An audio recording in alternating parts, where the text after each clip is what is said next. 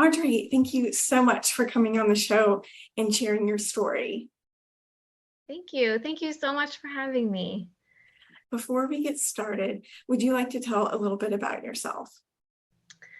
I am 40, about to be 41 next month. I just had my fifth baby. I have a bonus daughter. This is 6 children for me.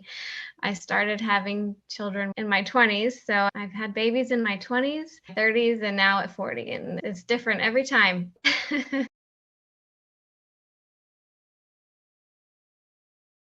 I believe gave birth at 36 weeks. 37. 37. Okay. Yeah. Let's go back to that day and how it started, because I think you got induced, right? I did. So at 35 weeks, I found out that I had this condition called cholestasis, which is a liver condition that happens during pregnancy, just not very often.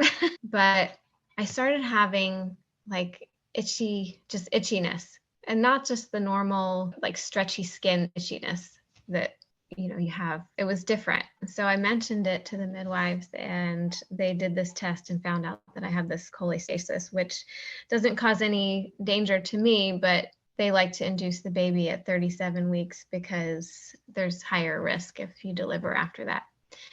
So my plan to have this natural water birth, just go into labor naturally and have the baby in the water plan, didn't quite work out, but I wanted to keep it as natural as I possibly could. The midwife said that they could try to induce with a castor oil cocktail, which I had done with my previous 2 anyway, so I knew that worked for me.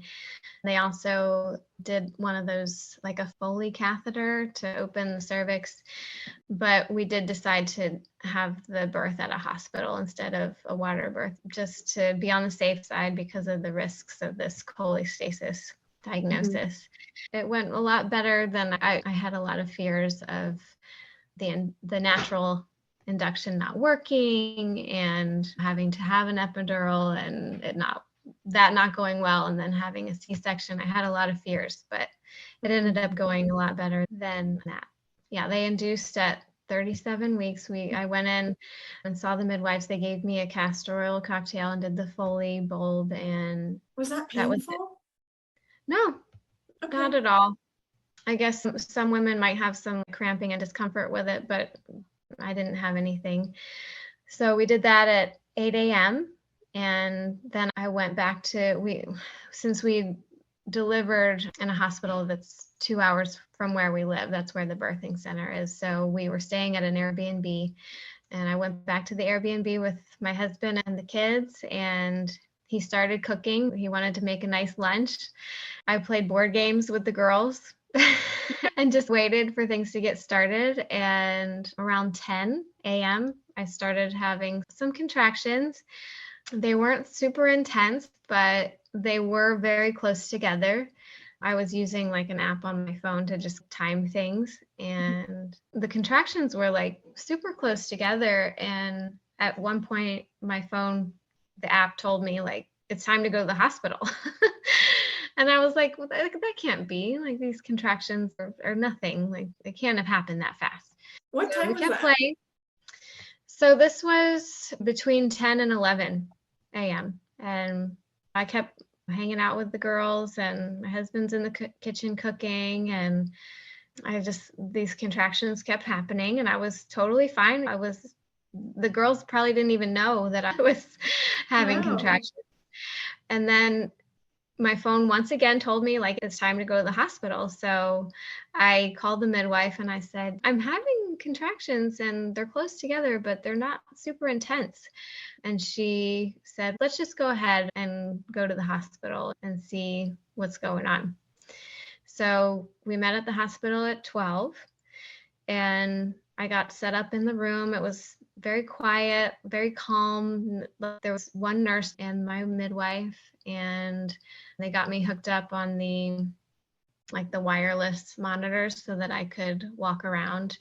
The contractions continued, and it was around, I think, 1 o'clock where they started getting more intense, and I said, okay, I'd like to get in the shower to calm me. And Mhm. so even though I couldn't have a water birth like in a tub, I figured the shower was the next best thing. Yeah, be a little more relaxed. Yeah, and that was helpful. I got in the water, and just having the shower on my back was helpful. And they started getting more intense for sure. Like I was shaking through the contractions.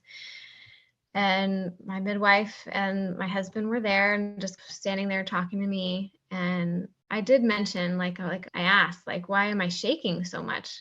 Because the contractions were strong, but not intolerable. And the midwife told me that's when you're in transition, that's happening. And when you're in transition, that's the real deal. She's, yeah, this baby's coming. The baby's going to be here in 20 minutes, maybe. At that point, like she asked me if I wanted to stay in the shower, and I did because the water was really helping. And she put some towels down on the floor, and I got down on my hands and knees, and my water broke at like 1:30, and baby was out at 1:43. So Wow. it happened really quickly. It didn't feel quick like when I was in it, Yeah. but it really did. It happened really fast. And you were induced at 8, baby at 1:45. Yeah, 8 a.m. with a castor oil cocktail. Yeah. And your Yeah, water broke at 1:30 and baby yeah, at 1:45. yeah, yeah. How interesting. Is there a reason why your water didn't break earlier? I don't know. From what I understand, like people who have their water break, like in the grocery store, or it doesn't happen very often. I think that it happens a lot closer to when the baby comes. I know that when I had babies in the hospital, they broke my water for me. So who knows when it would have happened had it happened naturally. I don't know. But I think it was very similar for my water births, that it broke closer to when the baby comes out. It's not, at least for me, and maybe I Mhm. don't know. I don't know the statistics on that, but yeah, my water breaks, and then within an hour is when the baby comes for me. Now, since you were in the shower, could you feel your water breaking? Yeah. Yeah, it was a big pop, like a big pop and a gush. So I know that's different for some people. It's like Mm, a trickling, like they don't feel their water break.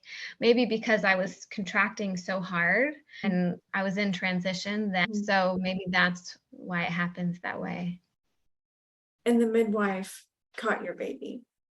Mhm. Mhm. Yeah, it was really cool. He came out, and the cord was, she said, wow, he's got like a jump rope of a cord. Like this, I don't know how long a normal cord is, but mine was 10 feet long. And it was wrapped around his neck a couple times, and it also had a true knot, which is, it doesn't happen very often, and it can be pretty dangerous. Sure. But so that was an amazing thing too.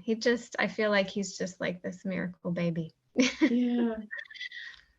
And so she caught him and put him in your arms, you're Mhm. thinking during that time. Just relief. I really worried about this whole cholestasis diagnosis. It caused a lot of anxiety for me, and knowing the increased risk of stillbirth for that, it just I just could not wait to have him in my arms, knowing that he was okay. And Mhm. so when she gave him to me, it was just waiting to hear him cry, and seeing that he was okay is just beautiful. Audrey, thank you so much for sharing your story. This was fun. Thank you.